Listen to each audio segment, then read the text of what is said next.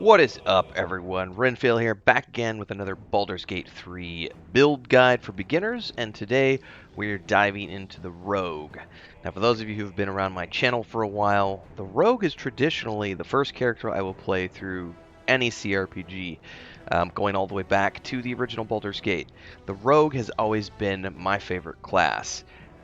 Baldur's Gate 3 Early Access was the first game that had me starting a playthrough in the live game with something different. I'm doing a druid in my live stream series as the first character I'm taking through the game. But I did play the rogue through the very first early access run I ever did back in 2020 or whenever it was. And I've played it a couple times through early access. It's a great build. It's a lot of fun. I like to play my rogue as a sort of sneak thief who's good at disarming traps, picking locks, and handling the mechanics side of the game, with a little bit of situational damage on an as-needed basis, either with the bow or the weapons. I like being very flexible. So I'm not into being like the assassin build or anything like that. I like to just be a straight up just traditional rogue like you would find in first or second edition Dungeons and Dragons. So that's kind of how I look at creating mine. Now, if you've never watched one of my beginner build guides before, we don't go into all the advanced stuff. This is literally for people who have never played Dungeons and Dragons before, never played Baldur's Gate 3 before, and you're just wanting to dip your toes in. This is for people who want to play on the Explorer mode of the game, which is the easy mode where you don't have to stress too much about your stats and your backgrounds and your proficiencies and all that stuff. They are somewhat important, but it won't, it won't hurt you in the long run if you decide to do some things differently than other people. If you're someone who's deep into 5th edition rules and deep into the meta of Baldur's Gate 3, you might watch this video and go, this is simplified nonsense. That's totally okay. You're absolutely right. There are advanced guides on the channel where we get into the meta stuff and the combat and all the other things. Plus, there's the daily live streams at 11 a.m. So whoever is watching this video, there's something for everyone here. So don't forget to like, subscribe, and hit the bell icon so you never miss an update. Without further ado, let's get into creating our beginner rogue. Now, given that this is a beginner's guide, I want to start you off with probably the most classic type of rogue that you can build. That's very easy to do.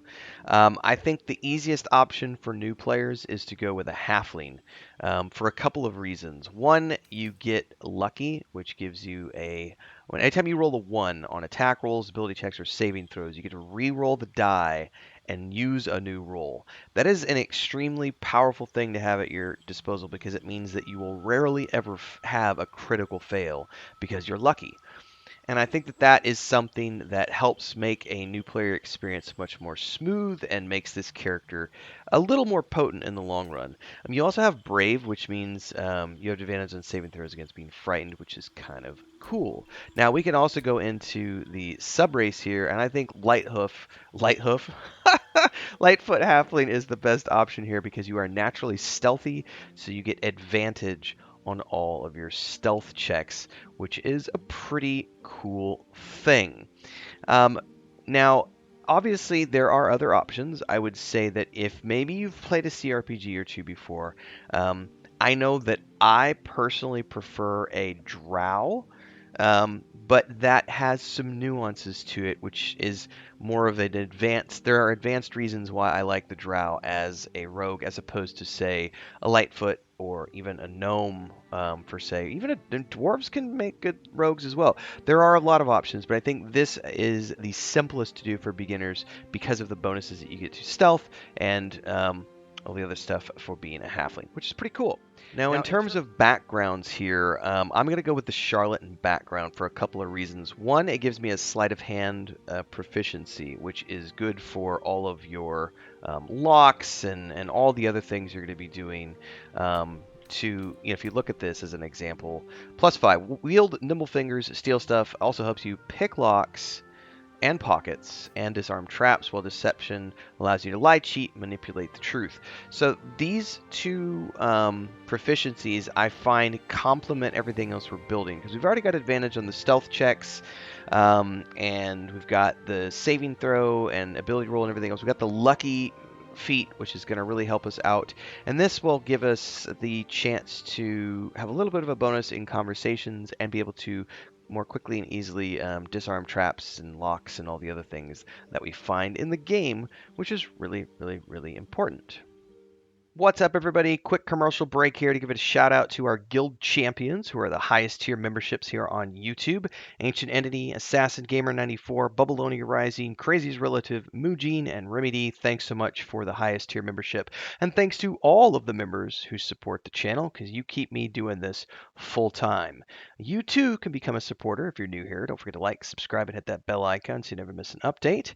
Join as a member. There's 3 different tiers. We do lots of special stuff, private polls, private videos. You get a shout out if you're the highest tier membership, but you can also do one-off donations in the form of super chats on any live stream or premiere you see, and of course super thanks on any upload or YouTube short. Whatever you can contribute, it's great. Keeps me on the air full time, keeps the cats fed, keeps the homestead running. Anyway, back to the video, everybody. Abilities. This is where so many people have so many different opinions. And I would say again, this is not a meta build, this is a beginner's build. So this is how I choose to do mine. We have a primary stat of Dex. I like to put it at 16 to start. I like a 14 Con, which gives me a little bit of hit points so I can move around the battlefield and not worry about things as much as if I had 10 Constitution. And I like the 14 Charisma because I then get some more bonuses in conversations, which is always going to be a good thing for those deception rolls.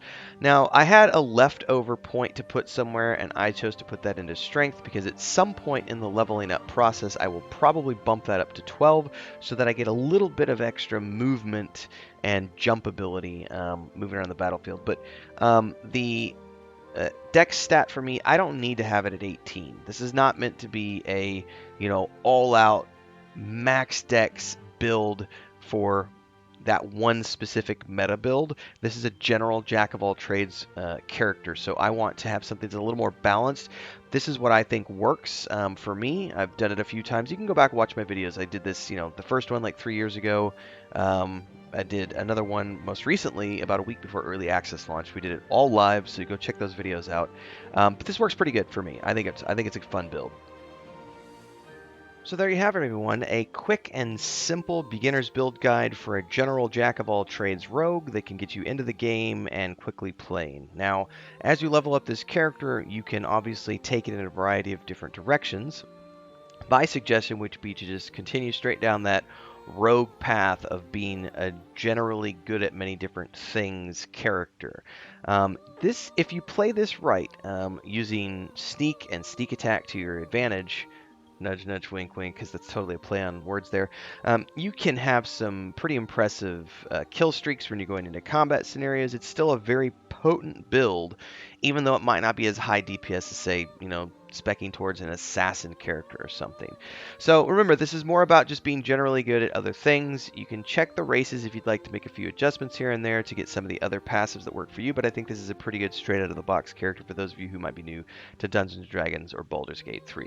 If you like this guide, don't forget to like, subscribe, and hit the bell icon so you never miss an update. We stream daily at 11 a.m. Central Time every day of the week, as often as we can. Don't forget the Discord links are down below. Drop a membership, super chat, super thanks, great ways to support. I'll see everybody in the next episode. Until then, stay safe and happy gaming.